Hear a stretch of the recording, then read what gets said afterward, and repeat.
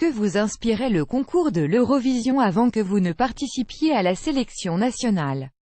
Émilie, pour nous, l'Eurovision c'était un événement familial, un moment drôle de curiosité, une forme d'excitation. On réalisait sans vraiment s'en rendre compte que c'était un moment partagé par quelques 200 millions de téléspectateurs. Jean-Carl, l'Eurovision, c'était un rendez-vous, qu'on aime ou qu'on n'aime pas. On s'amuse à critiquer l'Eurovision, mais finalement le soir du concours tout le monde veut savoir qui a gagné. Qu'est-ce qui vous a amené à participer à ce concours?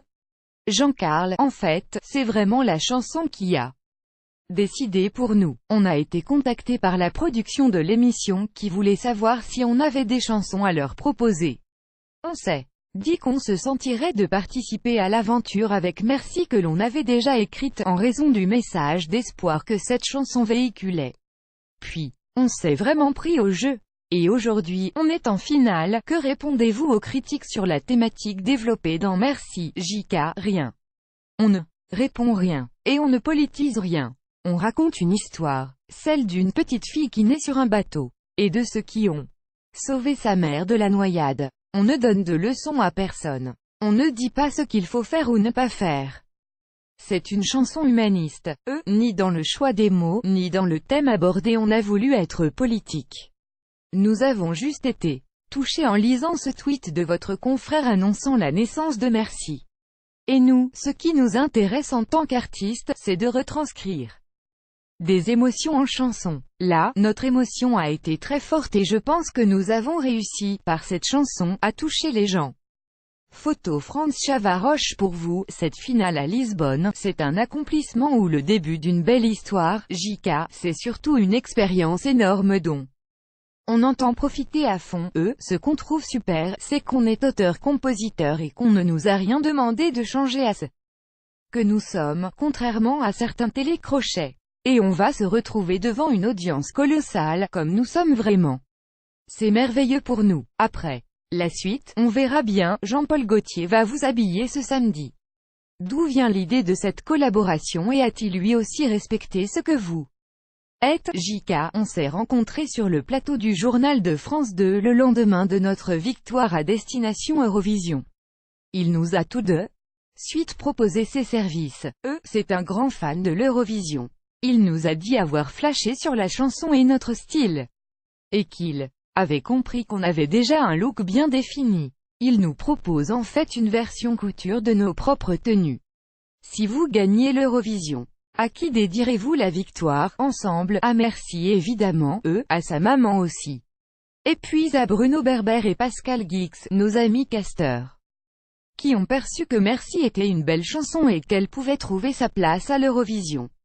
Et puis à notre producteur, Medline et bien sûr à nos familles. Photo Franz Chavaroche. On sait Émilie, que tes attaches azuréennes sont très fortes. Raconte-nous un peu. Je suis née à Dijon pendant les années de fac de médecine de mes parents, mais on est très vite venu s'installer sur la côte. À Nice d'abord, puis Cagnes-sur-Mer, Villeneuve-Loubet et Vence où je suis allée à l'école du CM2 à mes années lycée à Renoir.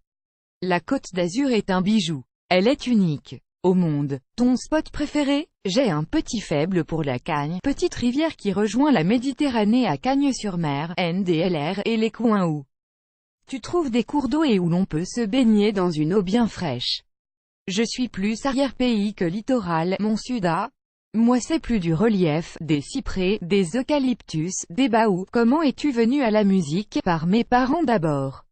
Ma mère me chantait beaucoup de chansons françaises, du Serge Lama par exemple. Et le soir, j'entendais mon père jouer du piano à travers les murs de ma chambre. J'ai fait beaucoup de chorales, en provençal notamment, avec Via Cantori Avance.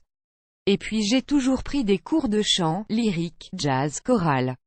J'ai monté des groupes, j'ai chanté dans des bals dans l'arrière-pays où tu passes d'Edith Piaf à Kylie Minogue sans transition, rire. Et puis je suis monté à Paris faire ma propre musique. Un coup de cœur? Pour SOS Méditerranée. Pour leur engagement qui dépasse tout ce qu'on peut imaginer. Pour leur courage de sauver chaque jour des vies. Selon moi, ce sont des héros. Pendant Destination Eurovision, l'équipage de l'Aquarius n'a eu de cesse que de nous envoyer des messages d'encouragement, ça nous donnait une force incroyable. De quelle manière les soutenez-vous, JK? Depuis merci, on est évidemment très liés avec eux. Nous avons fait un concert au Petit Bain à Paris en leur faveur. On va essayer de les aider au maximum en incitant nos fans à faire des dons notamment par les réseaux sociaux.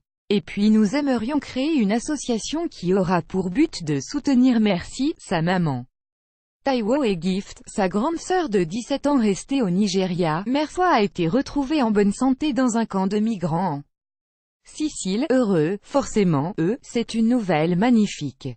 J'en ai pleuré comme un bébé. Avec Jean-Carl, le fait de savoir qu'elle est en vie nous a complètement bouleversé. Nous voulons les protéger de la vague médiatique et en même temps faire en sorte de les aider.